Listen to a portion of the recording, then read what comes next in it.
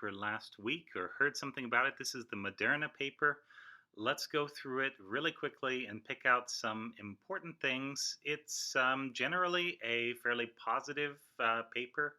If there are weaknesses, well, yeah, let's show you. Let's show you where they are. Okay, so we're just going to hit the figures. That was the paper up at the top.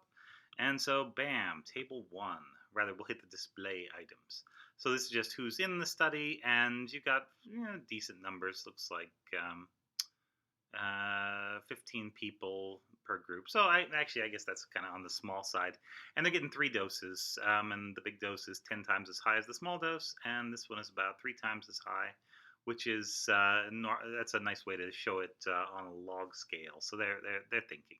They're good scientists. You can see it is mostly white people that are being tested in here. So this is a problem with a lot of studies.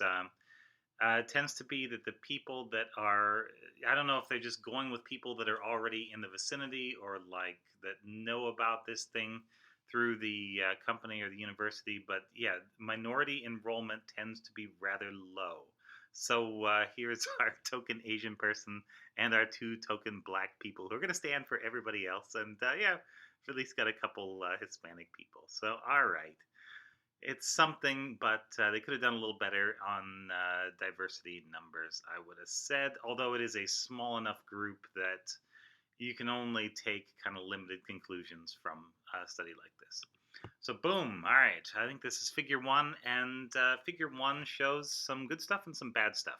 So, in each little box here, you've got 3 different doses, and they go from low to medium to high. And so, what you'll see in most boxes is a low bar, then a medium bar, then a high bar. The bars are how strong the side effects are and how many people saw them. And I think each little increment here is probably one person out of the 15. And so when you get a bar like this that goes all the way to the end, that probably means that all 15 of them had something wrong. There we go. It said 100% of participants. And yeah, it looks like 10% of them or so were severe. And then you got another chunk here, maybe a third that were moderate, and everybody else had mild. But for something like any local symptom, I don't know, we'd have to dig into the paper to figure out exactly what it means.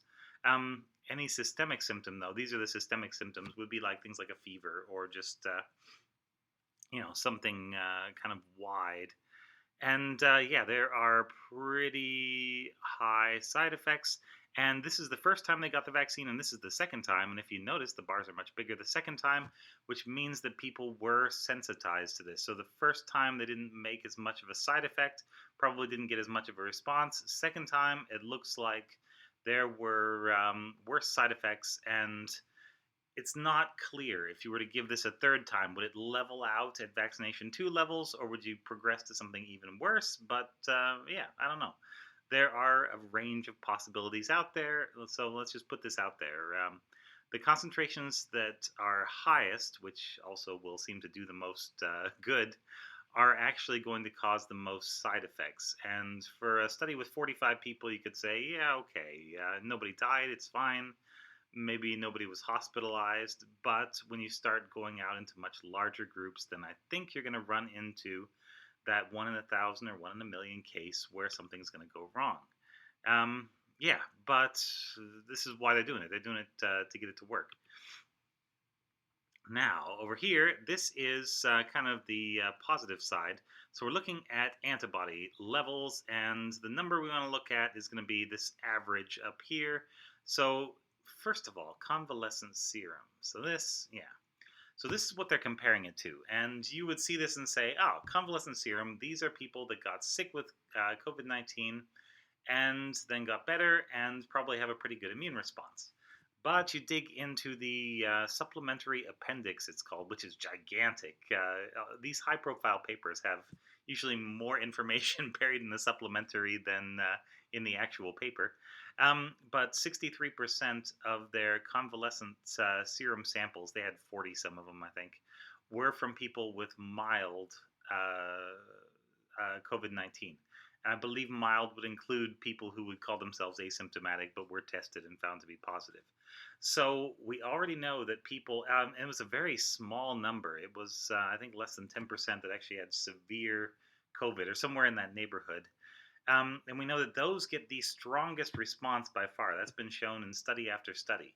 And so, this thing that they're comparing it to is really weighted toward people that did not make much of an immune response. So, factor that in. Assume that this is a level that's probably lower than what you need. And yeah, I don't know if you have to be twice as high or 5 times as high to have a reasonable chance of protection, but it's going to be higher than this. Okay, and so at the start, the people have no antibodies or very low antibodies, and as time goes on, they develop very good numbers. Yeah, look at that. So it's 100,000, and this is like a million. So in the highest treatment group, the one that caused all the side effects, yeah, they were able to get about 10 times as much total antibody amount as in the lower treatment groups, which is a good thing. That means you can at least push the immune system. Now, the problem is over here. Because if you look, it starts at 1.2 and then it dips and then it kind of stays there, or this one starts up here and then starts going down. And in each of these, like this is the more pronounced one, the one where they went in with the lowest amount. You go from 400,000 down to 300,000, and that's over the course of what is that? About 3 weeks, something like that. So this is the downside. It looks like people are getting a good immune response at about a month out from inoculation. So you'd want to have this about a month before you were exposed, probably. Although it might start working a little bit at 29 days, which I guess you could also call a month. Yeah, like a February month. But yeah, it looks like it's going to drop off over time. And then down here, there we go. This is a virus neutralisation assay. This is looking for antibodies that actually block the virus from getting in. And they're showing that convalescent serum in their version of the test. And everybody does a slightly different version of the test. But they're saying, all you should expect is 109. But remember, these are mostly people that had mild disease. And people with mild disease have very low and sometimes practically zero convalescent serum numbers. So we want this number to really be up around 500 to 1,000. That's what a severe case normally looks like. And you can see that they can get, with the highest dose, they can get up to about almost 400. So that's not bad. But then look at it dropping off in each of the columns. So yeah, there's some cause for concern there. You can see the drop off a little better here. We inoculate, and then this is time. Over time, we make a good response, and then the response starts to go down. Good response goes down, good response goes down. And here's the thing we're comparing it to, which we're saying, look, we're much higher than the convalescent serum, but a lot of those people had mild cases and probably would not be protected against a second round of COVID, although we don't know for sure yet. Yeah, and that's kind of the story here. Same with virus neutralisation. They've got a lot of variants here, which is why you have a great big box in the middle. And these are probably going to be your severe cases right up here.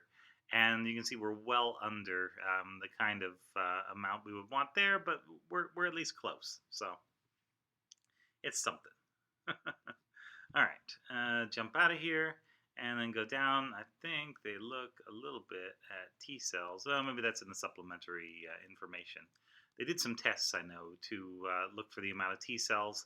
And if I remember right, they found bias more toward helper T cells, not so much toward killer T cells. And killer T cells will kind of mop up the dregs of an infection. They are very important in actually controlling the virus. Helper T cells that help you produce antibodies kind of indirectly. These are useful in preventing you from getting the virus, but only if they make the right kind of antibodies that'll help with that. So you need both sides. It's kind of a one-sided response. At the highest dose, it looks like it could be viable in that I bet you would get some protection. At the lowest dose, I am really not sure. Those numbers are not great. And the thing that they're comparing it to is really on the low side, but they may have been trying to go for, well, actually, yeah, I don't know. They may have been trying to go for kind of a picture of like, maybe 63% of people do have mild COVID-19 or a little bit more than that. So they're trying to compare it to the population in general, maybe, yeah. or they're trying to look good. Hard to say. But anyway, so there we go. That's the Moderna vaccine. Yeah, it's all right, but I worry about the side effects that they're getting at the levels that actually seem to do some good. So, thank you very much. This has been Ask Dr. Ben, and this is an